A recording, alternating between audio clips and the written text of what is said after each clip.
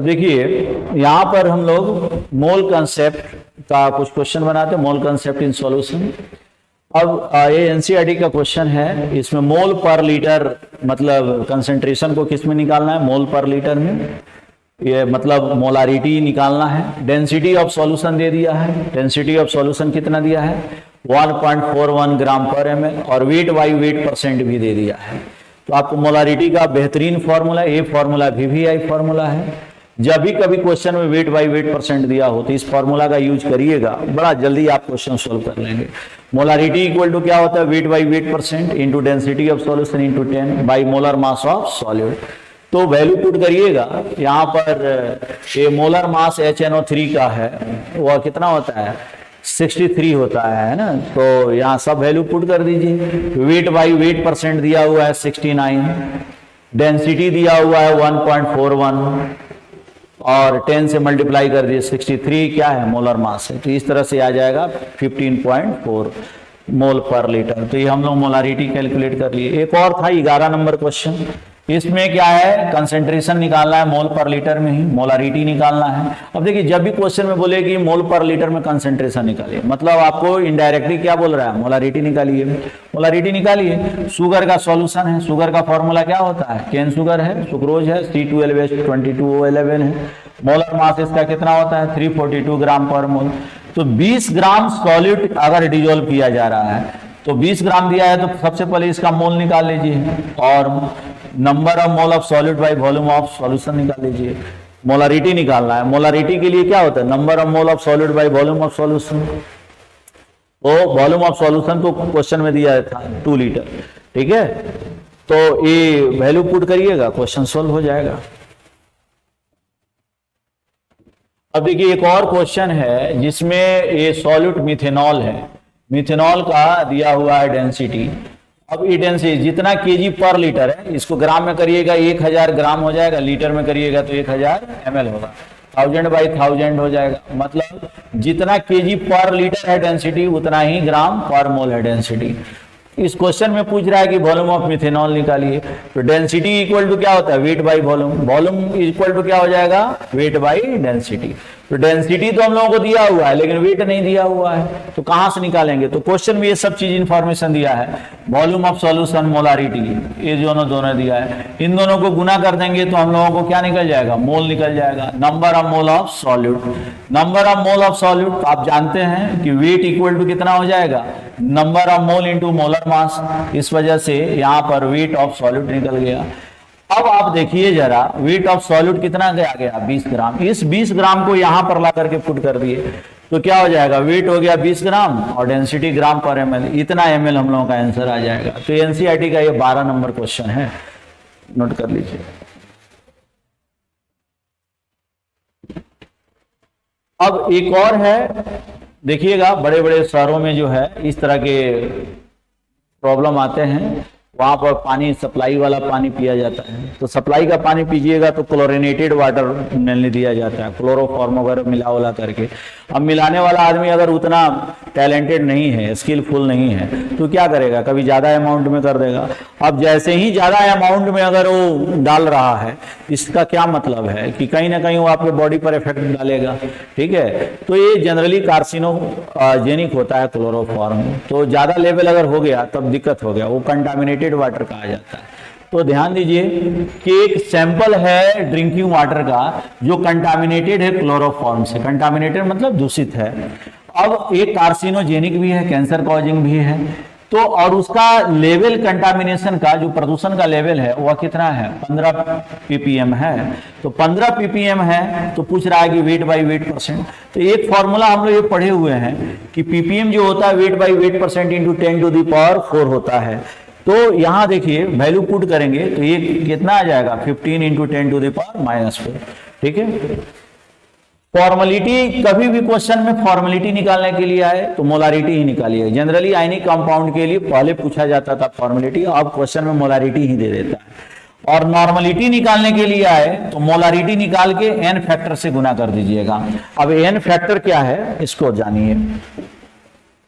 देखिए अगर आपके पास एसिड है तो उसका n फैक्टर बेसिसिटी होता है। एसिड का n फैक्टर क्या होता है, बेसिसिटी। अब बेसिसिटी क्या है, तो number of H plus given by acid in aqueous solution. कोई एसिड को पानी में आप घोले और जितना वो हाइड्रोजन H प्लस देता है, प्रोटॉन छोड़ता है, वहीं उसका क्या हो जाता है, बेसिसिटी, वहीं उसका फैक्टर भी होता है। अब जैसे देखिए H है, तो ये मोनो बेसिक एसिड है, एक ही H प्लस छोड़ता है, जैसे HCl, HBr, HiHNO3 है ना, इवन एसिटिक एसिड, इवन ये बेंजोइक एसिड, तो ये सब एक ही H प्लस छोड़ेगा। अच्छा, कार्बन का हाइड्रोजन नहीं H प्लस के रूप में निकलेगा, है ना, कार्बन उतना ना तो इलेक्ट्रोनेगेटिव है ना, और ना ही उसका साइज बड़ा है, तो एक तो छोटा बॉन्ड बनाता है, मजबूत बॉन्ड बनाता है, अपने हाइड्रोजन को छोड़ता उड़ता नहीं है H प्लस के रूप में, लेकिन ऑक्सीजन का हाइड्रोजन निकल जाता है, तो ये ध्यान देना है। तो ये भले ही इसमें 4 हाइड्रोजन है, लेकिन छोड़ेगा एक ही H प्लस के रूप में। बेंजोइक एसिड में 5 और 1 6 हाइड्रोजन है, लेकिन छोड़ेगा मात्र 1। तो ये सारे के सारे मोनोबेसिक एसिड है, इनका फैक्टर 1 है, ठीक है। लेकिन H2SO4 के कितने हाइड्रोजन निकल रहे हैं, 2, H2SO3, तो इनका एन फैक्टर कितना हो गया, 2। अच्छा, ये जो ऑक्सी एसिड्स ऑफ फास्फोरस है, जैसे H3PO4, H3PO3, H3PO2, तो इसमें वही हाइड्रोजन निकलेंगे जो ऑक्सीजन पर बैठे हैं। जैसे H3PO4 में 3 हाइड्रोजन ऑक्सीजन से बॉन्ड बनाए हुए हैं, तो ऑक्सीजन अपने H प्लस छोड़ देता है, उसको ज्यादा माया मोह नहीं है है ना, तो वो अपना H प्लस छोड़ देता है पानी में डिजोल्व करने, लेकिन फास्फोरस अपना H प्लस नहीं छोड़ता है। अब देखिए ना, यहाँ 2 ऑक्सीजन पर है और 1 हाइड्रोजन जो है वो किससे जुड़ा है, फास्फोरस, तो ये फास्फोरस अपना H प्लस नहीं छोड़ेगा, है ना, तो ये अपना फास्फोरस जब H प्लस नहीं छोड़ा तो 2 ही H प्लस निकलेगा, तो ये इसका फैक्टर मात्र 2 होगा। इसमें H3PO2 में देखिएगा ना, तो एक ही हाइड्रोजन क्या रहेगा, ऑक्सीजन से जुड़ा है, तो एक ही H प्लस निकलेगा। मतलब ट्रिक यह है, एक और ट्रिक है, बच्चे लोग याद नहीं रख पाते हैं, तो ट्रिक हम दे दिए हैं कि ये क्या है कि ऑक्सीजन को काउंट कर लीजिए, -1 कर दीजिए, लेकिन सिर्फ इसी के लिए, इन्हीं तीनों के लिए है। तो इसमें 4 ऑक्सीजन, तो इसका फैक्टर 3 हो गया, 4 - 1, 3 ऑक्सीजन 3 - 1 2 हो गया, 2 ऑक्सीजन है 2 - 1 1 हो गया।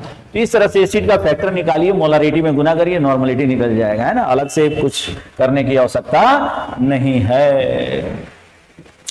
बेस के लिए, अब बेस के लिए एसिडिटी होता है एन फैक्टर, ये क्या है, ये नंबर, जैसे एसिड के लिए H प्लस, वैसे बेस के लिए OH माइनस। अब देखिए यहाँ पर एक OH है, यहाँ भी एक OH है, तो इसका फैक्टर दोनों का 1 होगा। लेकिन BaOH वोल्ट बेरियम हाइड्रोक्साइड में 2 है, तो इसका फैक्टर कितना हो गया, 2 हो गया। अब ये देखिए ना, एक कई एसिड बेस दिए हुए हैं, इन सबों का क्या है, मोलारिटी सेम ही दिया गया है, तो बताइए कि नॉर्मलिटी भी सेम होगा। सेम कब होगा, जब फैक्टर उसका 1 होगा। देखिए नॉर्मलिटी यहाँ पर जैसे देख लीजिए, NaOH का फैक्टर 1 है, तो नॉर्मलिटी जो है वही मोलारिटी हो गया। लेकिन यहाँ पर बेरियम हाइड्रोक्साइड का फैक्टर 2 है, तो क्या होगा, नॉर्मलिटी 2 गुना हो जाएगा, है ना। HBr का नॉर्मलिटी मोलारिटी सेम होगा, फैक्टर पर डिपेंड कर रहा है, लेकिन H3PO4 के लिए 3 गुना हो जाएगा नॉर्मलिटी, मतलब 0.1 है तो 3 से गुना कर दीजिए, ऐसे निकालिएगा।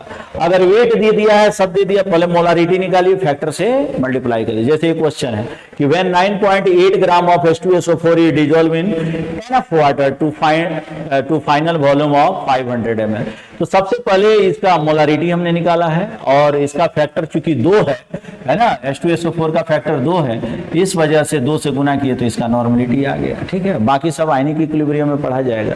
तो देखते हैं, अब देखिए एक टॉपिक और है, डाइल्यूशन। डाइल्यूशन का मतलब क्या है, मेकिंग ऑफ डाइल्यूट सॉल्यूशन। किससे मेकिंग कर रहे हैं डाइल्यूट सॉल्यूशन का, तो कंसंट्रेटेड सॉल्यूशन से। तो कैसे करिएगा, जैसे चीनी और पानी का घोल मिला है और अंदाज आपको नहीं है, बहुत ज्यादा चीनी आप डाल दी, पिए, बहुत मीठा लगा, तो आप क्या करिएगा, जाहिर सी बात है उसमें पानी डालिएगा, पानी डालिएगा तो वॉल्यूम बढ़ जाएगा और मिठास घट जाएगा, मतलब कंसंट्रेशन घट जाएगा। तो जब कभी भी आप डाइल्यूशन करते हैं तो कंसंट्रेशन घटता है, वॉल्यूम बढ़ता है, लेकिन number of mole of solute same रहता है। क्या चीनी उड़ के भाग गया जब पानी डाले, नहीं, चीनी तो उतना ही है, ठीक है। तो इसी तरह से कोई भी आप सॉल्यूशन, जैसे मान लीजिए कि ये आपने कंसंट्रेटेड सॉल्यूशन बनाया जिसका मोलारिटी M1 है, वॉल्यूम V1 है, तो number of mole of solute दोनों को गुना कर दीजिएगा, M × M1 V1 हो जाएगा।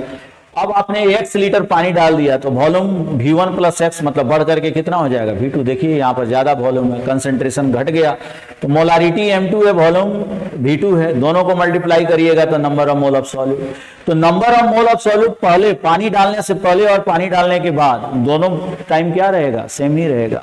तो ये ध्यान दीजिएगा कि जब भी आप डाइल्यूशन करते हैं तो मोलारिटी घटता है, वॉल्यूम बढ़ता है, लेकिन number of mole of solute क्या रहता है, सेम ही रहता है। मतलब number of mole of solute before dilution is equal to number of mole of solute after dilution. Value put करिएगा तो M1V1 इक्वल टू M2V2, एक बढ़िया फॉर्मूला आ गया।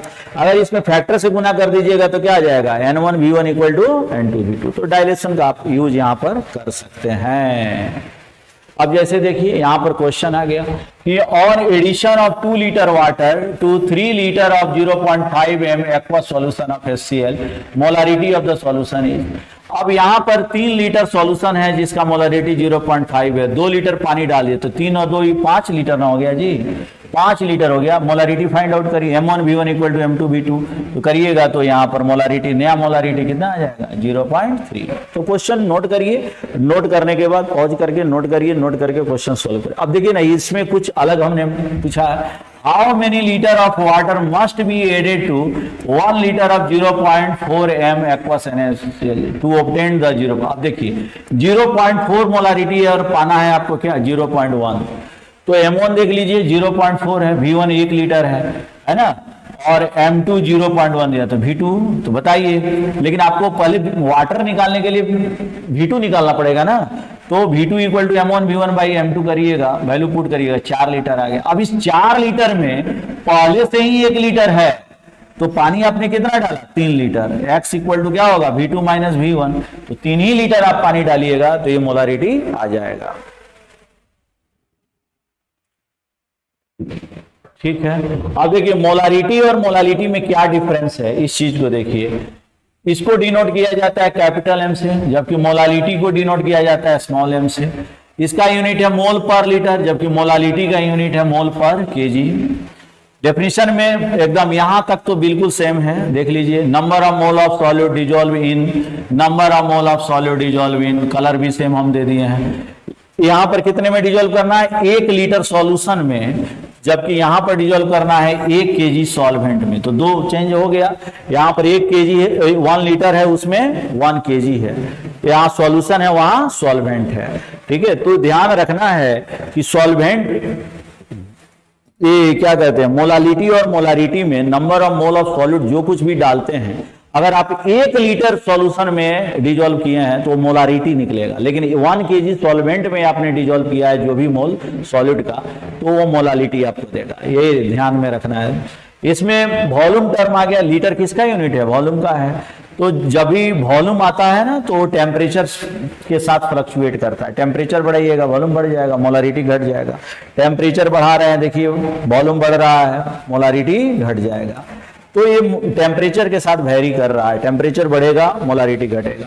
लेकिन यहाँ तो भाई वेट है, वेट है, मोलालिटी में किसी तरह का जहां पर भी वेट टर्म आ रहा है, वॉल्यूम टर्म नहीं आ रहा है, जैसे मोलालिटी हो गया, वेट बाई वेट % हो गया, है ना, मोल फ्रैक्शन हो गया, ये सब टेम्परेचर से इंडिपेंडेंट रहता है।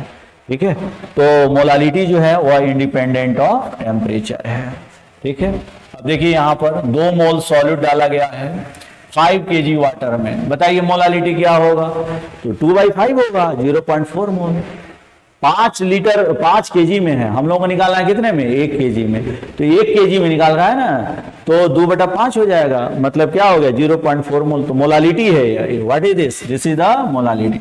तो मोलालिटी का फॉर्मूला क्या है, क्या मोलारिटी के जैसा ही। मोलारिटी क्या होता है, number of mole of solid volume by divided by volume of solution in litre. अब मोलालिटी क्या हो जाएगा, number of mole of solute divided by weight of solution in KG. ये ध्यान में रखना है।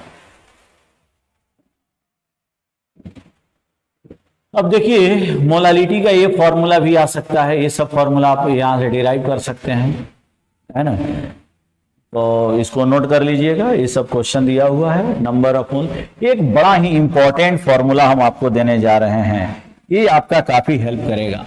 नंबर ऑफ, देखिए एक्स सॉल्यूट का मतलब क्या है, मोल फ्रैक्शन ऑफ सॉल्यूट। तो मोल फ्रैक्शन ऑफ सॉल्यूट क्या होता है, number of mole of solute divided by number of mole of solute plus number of mole of solvent. तो अगर, और मोलालिटी का डेफिनेशन क्या है, मोलालिटी का डेफिनेशन है कि number of mole of solute in 1 kg solvent. तो अगर ये फिक्स कर दिया जाए कि जो भी number of mole of solute है वो मोलालिटी हो जाएगा, तो आप बंद गए कि आपका सॉल्वेंट कितना है 1 kg है, सॉल्वेंट कितना है 1 kg मतलब 1000 ग्राम है, तो number of mole of solvent कितना है, अगर तो 1000 बाई मोलर मास करिएगा, लेकिन अगर वाटर होगा तो 1000 बाई 18 करिएगा, क्योंकि मोलर मास ऑफ वाटर 18 है, और जैसे आप करिएगा तो ये 55.5 मोल आ जाएगा।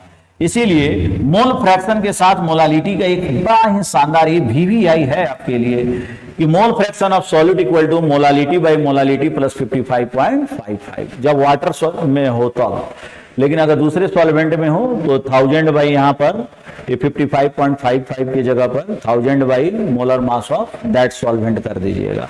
बड़ा ही आसानी से क्वेश्चन बनता है। एक और बड़ा ही बढ़िया क्वेश्चन है, फॉर्मूला है मोलालिटी और मोलारिटी के बीच का रिलेशन है। ये 1000 इंटू मोलारिटी है, 1000 into D minus molarity into molar mass of solute. ये भी बड़ा इंपॉर्टेंट फॉर्म, मोलारिटी दिया हो मोलालिटी निकालना है, या ऐसे डाटा दिए गए हैं जिससे मोलारिटी पहले निकल सकता है, उसे मोलारिटी निकालिए, उस वैल्यू को पुट करके क्या करिए मोलालिटी कैलकुलेट कर लीजिए। तो ये दो हम आपको बता रहे हैं, ये VVI फॉर्मूला है, एक ए वाला और एक ए वाला, ये दो फॉर्मूला, ए वाला इधर सॉरी ए वाला, ये दो फॉर्मूला को आप जो है इसको और उसको इन दोनों को अगर आप याद रखिएगा तो जरूर आपको बेनिफिट होगा। ठीक है, ये सब क्लासेस में बहुत ज़्यादा ऑफलाइन क्लास जो मेरा चलता है उसमें ये सब काफ़ी डिस्कशन के हैं। हम तो जो 1.5-2 घंटा में आप क्लासरूम में पढ़ाते हैं वहीं आप लोगों के लिए वीडियो का एक लेक्चर दे देते हैं। ऑनलाइन में जो बच्चे घर पर बैठ करके रिवाइज करना चाहते हैं, पढ़ना चाहते हैं, उन लोगों के लिए एक अच्छा ऑप्शन है कि एक थ्योरी भी जल्दी जल्दी हो जाता है और उनको क्वेश्चन भी मिल जाता है, क्वेश्चन नोट करके घर पर वो बना सकते हैं। ठीक है, तो आज इतना ही रहने देते हैं, नेक्स्ट क्लास में हम मिलेंगे, जब तक के लिए जय हिंद।